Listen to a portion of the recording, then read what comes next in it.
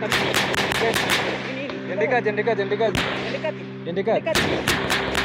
Anu, yang dekat di bawah nih. Kau hantam. Sabar. Yang dekat, yang Ya, dekat. hantam Yang ini. dekat, yang dekat di bawah nih. Kau hantam. Iya.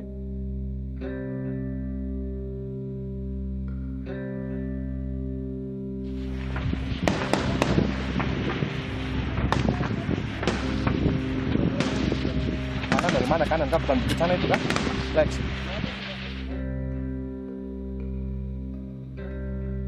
Detik-detik menegangkan, sniper TNI sukses bungkam 4 KKB sekaligus. Kau tidak lihat itu. Yang sana itu. Hantam kastir dulu, sabar, sabar, anu. Kastir dulu. Yang sana. Iya.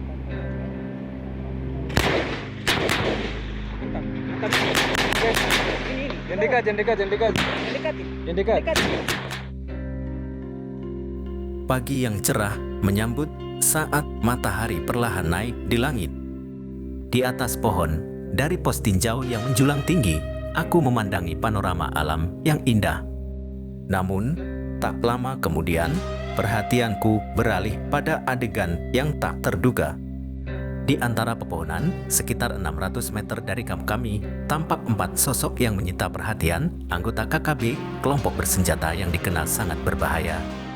Menggenggam senjata api laras panjang, keempat individu ini menjadi pemandangan yang menegangkan. Senjata jenis VIL buatan Austria yang mereka bawa menghadirkan rasa khawatir lebih dalam. Segera, panggilan telepon terhubung dan aku memberitahu rekan-rekan di kamp tentang situasi yang mengkhawatirkan ini. 4 rekan kami dengan sigap bergerak sesuai instruksi. Mulai dari arah jam 3, mereka merambah sekitar 700 meter sebelum bergeser menuju arah jam 9 dengan jarak sekitar 200 meter. Kira-kira pada pukul 8, lebih 45 menit, langkah-langkah mereka membawa mereka tepat pada titik yang telah ditentukan. Ketegangan semakin menguat ketika mereka melaporkan posisi KKB yang akhirnya terlihat. Dalam sekejap, para rekan kami telah siap dengan senapan mereka menunggu aba-aba dari saya. Sebagai penutur kisah dalam situasi ini, aku merasakan jantung berdetak lebih cepat.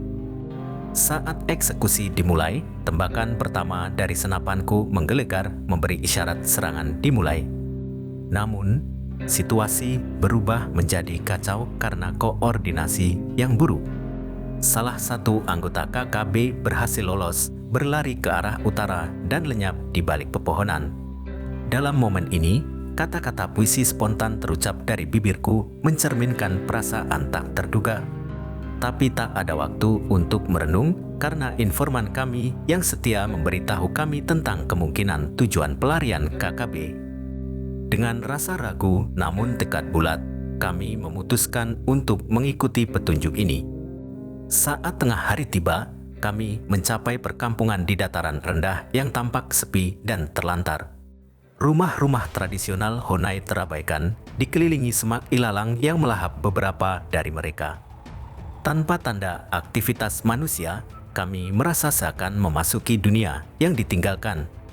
Tanda-tanda pertanyaan pun muncul saat kami berusaha mencari jejak KKB. Dengan tekad yang tak tergoyahkan, aku memimpin kami menuju semak-semak sekitar 200 meter dari perkampungan. Sementara itu, rekan-rekan saya tetap berjaga, siap mengamati. Namun, pengamatan kami tak membuahkan hasil dan KKB masih tak terlihat.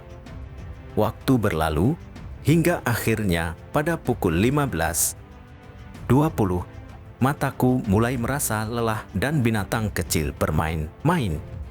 Tubuhku merasa lelah, namun tekadku tetap kuat. Meski waktu terasa panjang, tak ada tanda-tanda KKB yang muncul.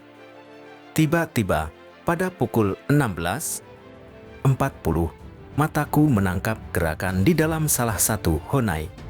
Hati berdegup kencang, seolah mendekati puncak sebuah perjalanan. Pintu Honai yang tadinya terbuka perlahan tertutup dan akhirnya anggota KKB muncul dengan senapan di tangannya siap menghadapi segalanya.